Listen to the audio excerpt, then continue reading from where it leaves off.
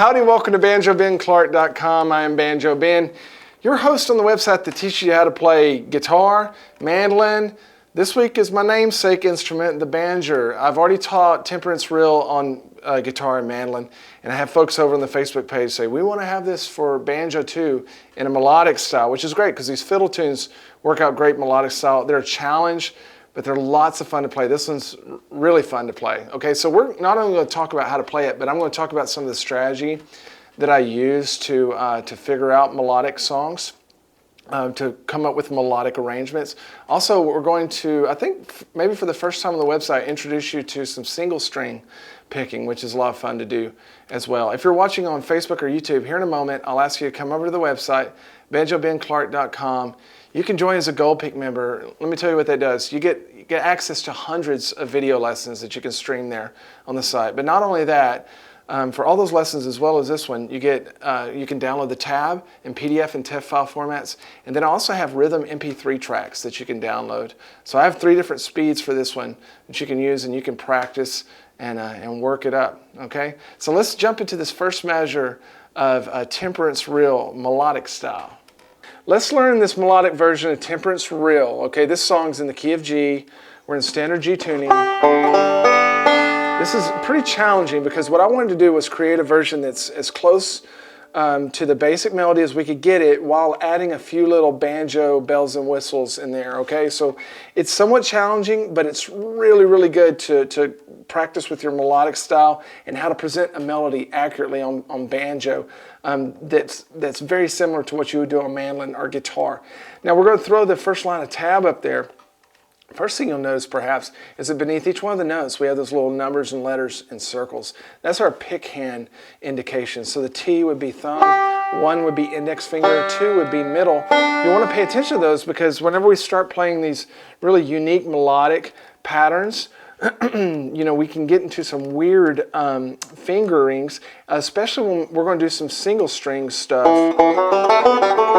So you'll want to be sure to pay attention to that. Now this is a fiddle tune, so it's got a typical fiddle tune structure in that it has an A part that's 8 bars long, then it repeats that A part, and then a B part that's 8 bars long and it repeats that. And then I'm going to make the first 2 A parts a little different from each other just to give you more variety. I'll do that as well for the B parts. Now, the intro is just a regular standard intro, nothing difficult about it. It sounds like this. Pretty standard. We're just going to kind of set the tempo for playing with somebody. I'm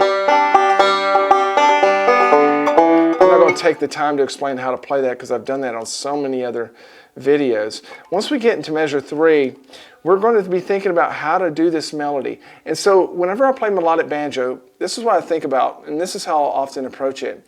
I'll want to try to play the melody as close as I can in more of a guitar style on banjo. So I might take a flat pick or even my thumb pick and just think about it in terms of guitar.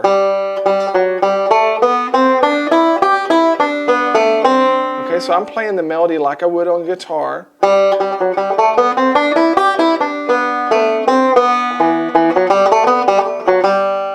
And then I'm going to think, well, how can I get those same melody notes or as close to them as I can using melodic patterns? If you're not familiar with melodics, you've got to go watch my Introduction to Melodics lesson.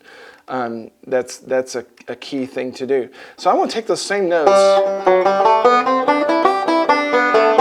and I'm going to figure out different ways to play them.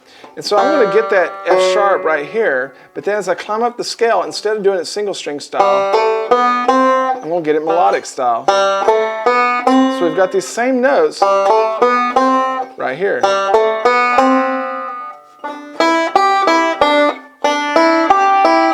Okay, so that's what melodic playing is all about, is figuring out ways to get these melodic notes that a mandolin or guitar or fiddle might play, but using these different positions where we can use 3 fingers to do it instead of a flat pick. So measure 3, we're going to jump up to a typical melodic position. That's where our index finger is hovering over the 4th fret.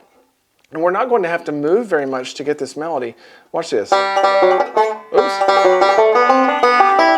Okay, so my hand barely moved. You'll notice that with melodic guys. So we're going to hover right over there, and we're going to play a quarter note first and measure 3. Then come down that 4th fret. I'm going to use my pinky for that 7th fret. And then start climbing up.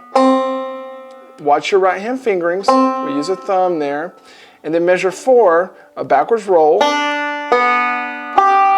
Then we start a forwards roll and play that 5th fret. Then at the very end of measure 4, I'll jump down and play that 2nd fret with my index finger. So let me play measures 1 through 4 for you, slowly.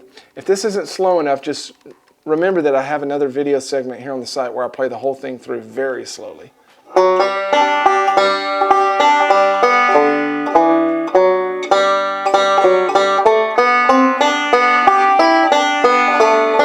Okay, so we're going to hang down there and measure 5. We go to an E minor. And we're going to want to play that 2nd fret down there, that melody note, 2nd fret on the D string, with our index finger, because we're going to need to hammer on to the 4th, and it's easier to do that with our index to a ring finger. So we're going to hammer, and then we're going to have to move quick here, because the notes I want are these. Boom, boom, boom, boom, boom. Well, I could get those by either playing single string style, which we're going to do later, or I could do it getting a hammer on and get that A note right here.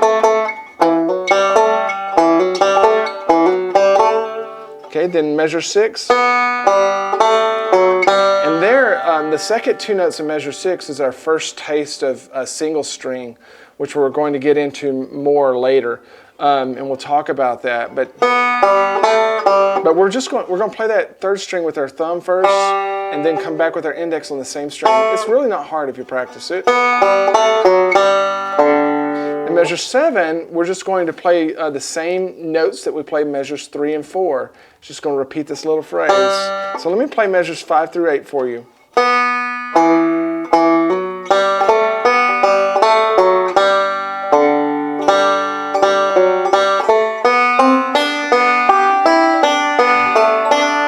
Measure 9, we've already seen, same as measure 5.